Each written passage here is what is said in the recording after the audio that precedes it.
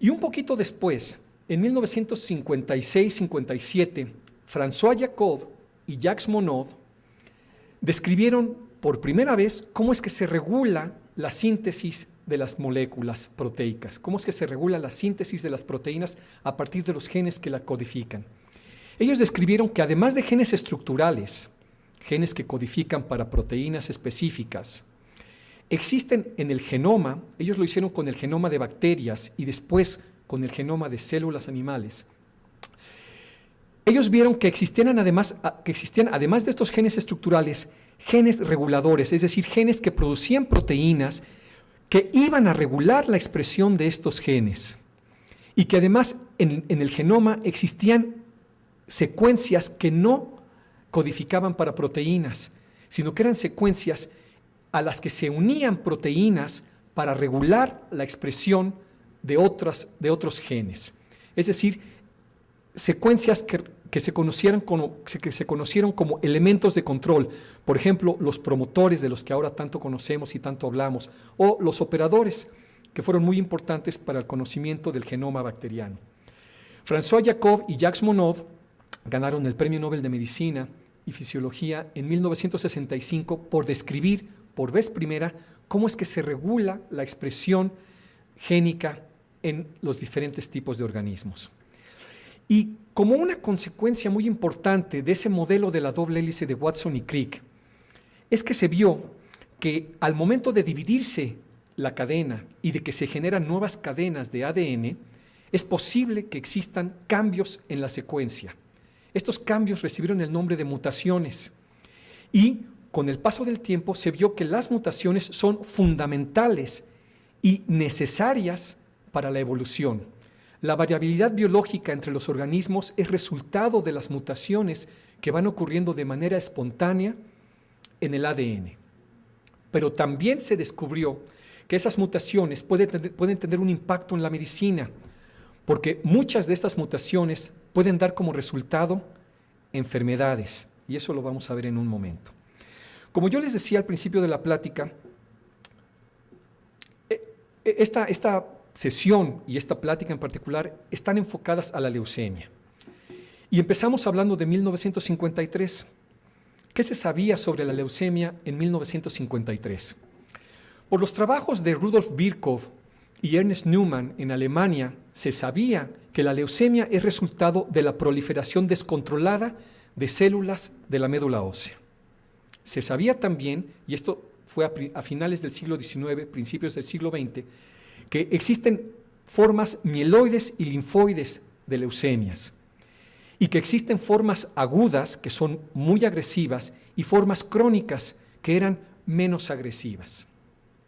También se sabía en ese tiempo que la leucemia se podía tratar y los principales tratamientos eran a base de radioterapia y de quimioterapia. Y esta quimioterapia estaba dada principalmente por dosis bajas de mostaza nitrogenada y se empezaban a usar los antimetabolitos, en particular los antifolatos. Sidney Farber, que muchos conocen como el padre de la quimioterapia moderna, fue el que introdujo por primera vez antifolatos para el tratamiento de la leucemia.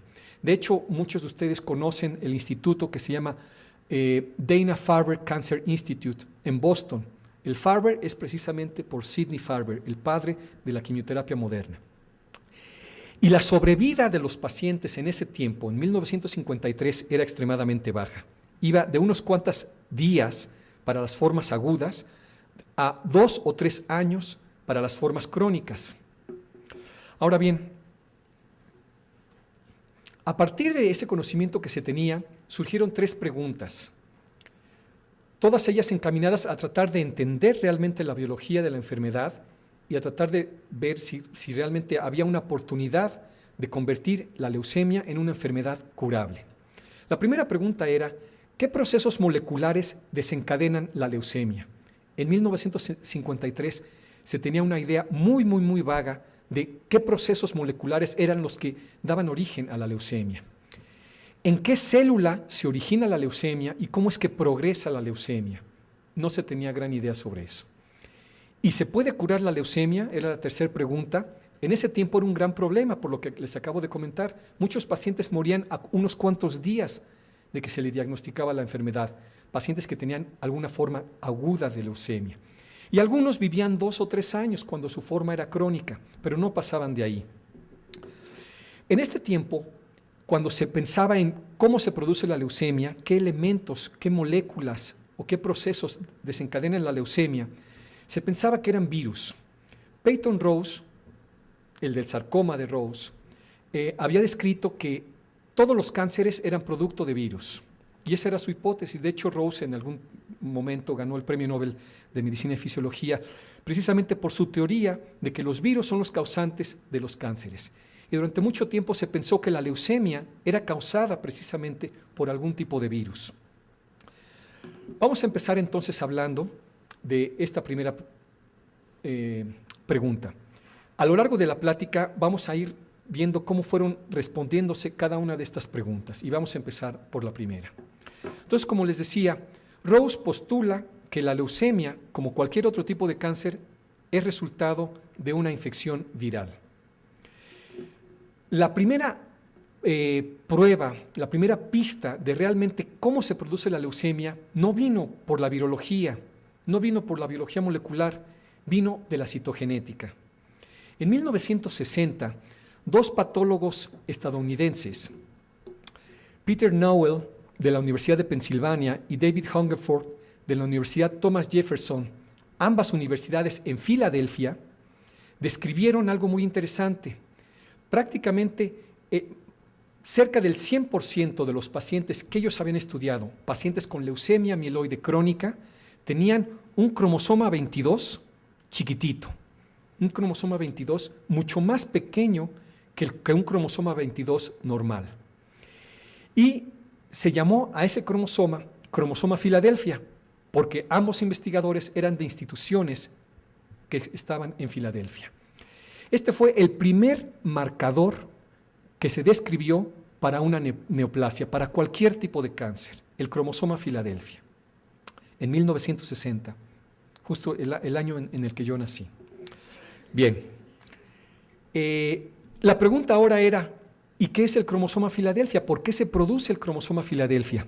La respuesta vino 13 años después y vino de la Universidad de Chicago. La genetista Janet Rowley describió que el cromosoma Filadelfia era resultado de una translocación recíproca entre el brazo largo del cromosoma 9 y el brazo largo del cromosoma 22. Esta translocación daba como resultado un cromosoma 22 chiquitito, el cromosoma Filadelfia. Ahora ya sabíamos cómo es que se produce ese cromosoma Filadelfia, que es marcador de la leucemia mieloide crónica. Ahora bien, aquí vamos a cambiar un poquito de la citogenética a la biología molecular y nos vamos a ir hasta la ciudad de San Francisco. 2 investigadores, 2 biólogos moleculares, Michael Bishop y Harold Varmus, describieron algo muy interesante.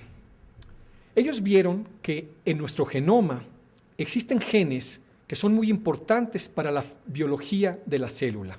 Genes que participan en procesos de proliferación celular, en procesos de diferenciación celular, genes que tienen que ver con el ciclo celular, genes que pueden ser receptores o que pueden codificar para proteínas que son receptoras en la membrana, genes que pueden estar involucrados en procesos de sobrevivencia celular, en fin, genes que son fundamentales para la célula. Pero que esos genes que son parte de la célula, que no provienen del exterior, que son parte del genoma celular, pueden estar o pueden activarse o modificarse de tal forma que ahora llevan a cabo funciones que ponen en peligro la funcionalidad de la célula o que incluso pueden llegar a causar la muerte de la célula.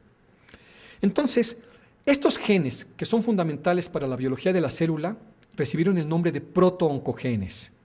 Y una vez que estos protooncogenes son modificados, son activados y ahora transforman a la célula normal en una célula neoplásica, se comportan como oncogenes, dejan de ser protooncogenes y ahora son oncogenes.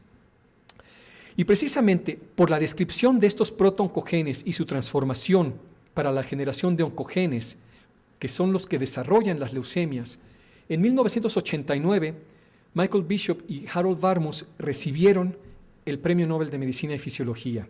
Actualmente, Harold Varmus es el director de los Institutos Nacionales de Salud en los Estados Unidos.